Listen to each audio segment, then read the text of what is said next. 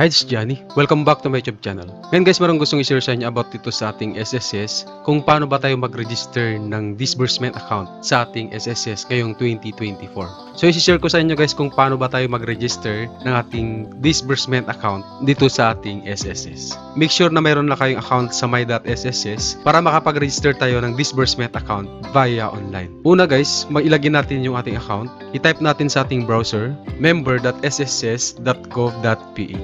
Then enter. So ilagyan natin dito yung ating user ID saka yung password. Then login.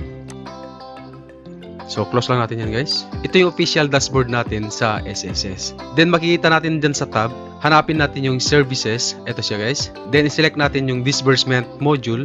Then sa bandang kabila niya, i-select natin yung disbursement account enrollment module. Basahin natin ito guys para magkaroon tayo ng idea kung ano ba yung mga requirements o ano ba yung kailangan natin para makapag-register ng disbursement account. Then sa bandang baba, i-check natin to I certified that. Then click natin yung proceed. Meron tayong dalawang option dito kung ano yung re-register natin na disbursement account. Pwedeng bank account, then e-wallet, RTC, or CPO. Dito sa bank guys, kailangan daw yung bank account na gagamitin natin should be the same as your SSS registered name. Please provide the correct bank account number and not the ATM card number. So, close lang natin yan. Then, ito yung mga bank account na ina-accept ng SSS. Halimbawa, nakapag-enter na tayo ng bank account, for example, BPI, ilagay natin yung account number natin dito, then confirm bank account number. Then, dito sa attachment guys, attachment supporting documents. So, meron tayong tatlong step dito para makapag-submit ng supporting documents. So, kailangan natin mag-submit ng proof of account. Sa proof of account, so meron tayong pagpipilian dito guys, yung document type. Pwedeng ATM card with account number and name. So, kailangan yung ATM card na gamitin natin guys. Kailangan nakalagay yung name natin saka yung account number. Hindi po card number. Magkaiba po yung card number saka account number. Kung wala naman tayo nito guys, pwede naman to yung bank certificate statement issued by the current year. Pwede makapag-request sa bank ng bank statement. Then foreign remittance receipt, then passbook, screenshot of online mobile banking. Kung naka-register tayo sa online, pwede naman natin yung gawin na proof of account. I-screenshot lang natin yun guys. Then yun po yung i-upload natin dito sa proof of account. Kung wala naman to guys lahat, pwede naman natin gamitin yung validated deposit slip. So ito ginagawa ng iba, magde-deposit sila dun sa bank nila. Kahit mababang halaga, importante makakakuha sila ng deposit slip. Then dito guys, yung i-upload natin na picture ng proof of account, kailangan daw naka JPEG or PDF. Then maximum size, 3 MB. Then dito naman sa ID card or identification card, so kailangan natin mag-upload dito ng isang valid government issued identification card. So kailangan mayroon tayong picture doon. So kagaya dito sa example, kailangan nandun yung pangalan natin, then nandun yung picture natin. Then kailangan naka JPEG din siya, then PDF. Then hindi rin siya lalagpas ng 3 MB. So ito yung mga valid ID na ina-accept ng SSS.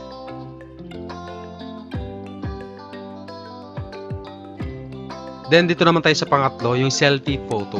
So dito sa selfie photo, marami rin nagkakaproblema dito guys. Nare-reject yung kanilang application dito sa disbursement account dahil din dito sa selfie photo. Kailangan yung pag-upload natin sa selfie photo, upload your chest level selfie photo holding the following: uploaded proof of account and uploaded valid government issued identification card or documents. So dito guys, kung ano yung in-upload natin dito sa proof of account, then ID card identification documents.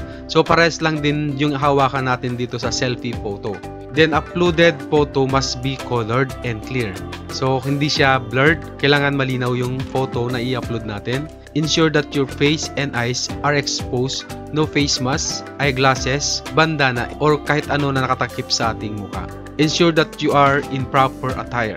So, kailangan naka-proper attire tayo, maayos yung suot natin. So, bawal po nakasando or nakaubad na kukuha ng selfie photo. Then, kailangan din guys naka-JPEG siya, then PDF. Then, di rin siya dapat lalagpas ng 3 MB, yung megapixel ng picture. So, dito naman tayo sa e-wallet guys, para mapakita ko sa inyo.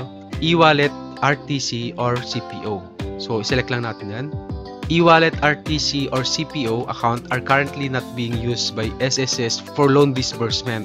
Ibig sabihin kung maglo-loan tayo sa SSS or mag-calamity loan, hindi natin pwedeng gamitin yung e-wallet, RTC, or CPO. Ito guys, pwede natin magamit yung e-wallet para dun sa ating benefits, gaya ng sickness benefits, maternity benefits, death benefits. So, pwede natin gamitin tong e-wallet. So, dito sa e-wallet, RTC, CPO, so, i-select natin guys para makita natin kung ano yung mga pagpipilian natin dito. So, pwede natin gamitin yung coins.ph, DBP Cash Padala True Emailer, GCash, Maya Philippines Inc., Tayo Cash Inc., Universal Storefront Services Corporation, then Zybtech Inc. So ito yung mga pwede natin i-register dito sa e-wallet, RTC, or CPO na disbursement account. So ito guys, ulitin ko, hindi siya pwedeng gamitin na disbursement para sa ating salary loan or calamity loan. So balik tayo sa bank account. So try natin mag-register guys. Ang example natin dito yung BPI.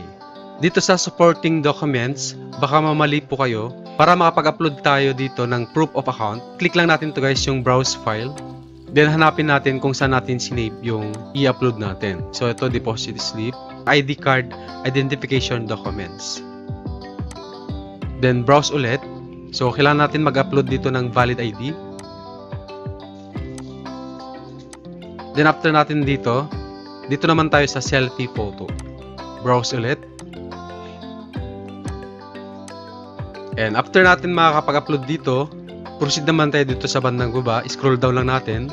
Then i-check lang natin to, I certified that all information and documents provided are true and correct. Then sa bandang baba, i-click natin tong enroll.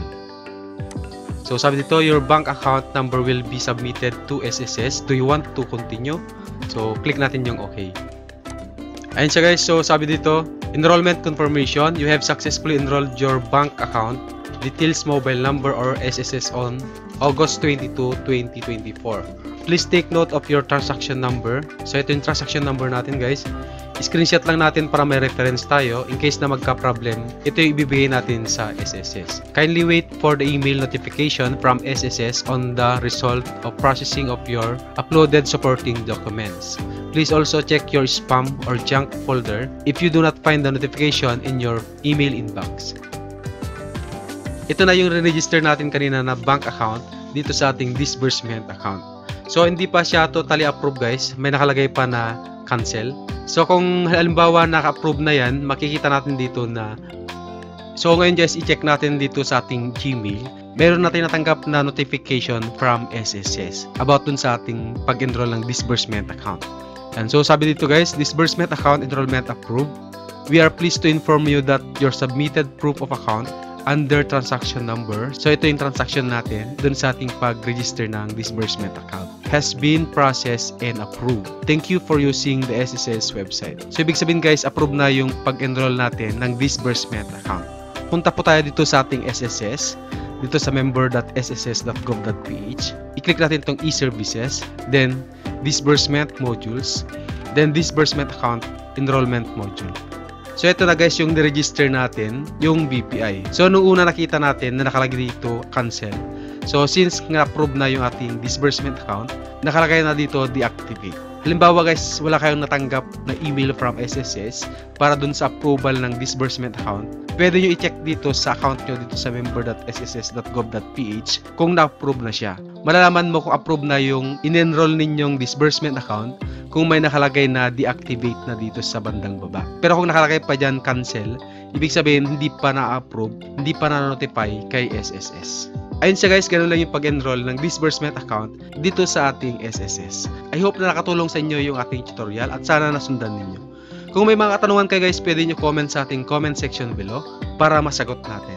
Kung bago lang kayo sa channel ko, please click the subscribe button and hit the notification bell para lagi kayo updated kung may mga bago tayong tutorial na i-upload sa ating channel.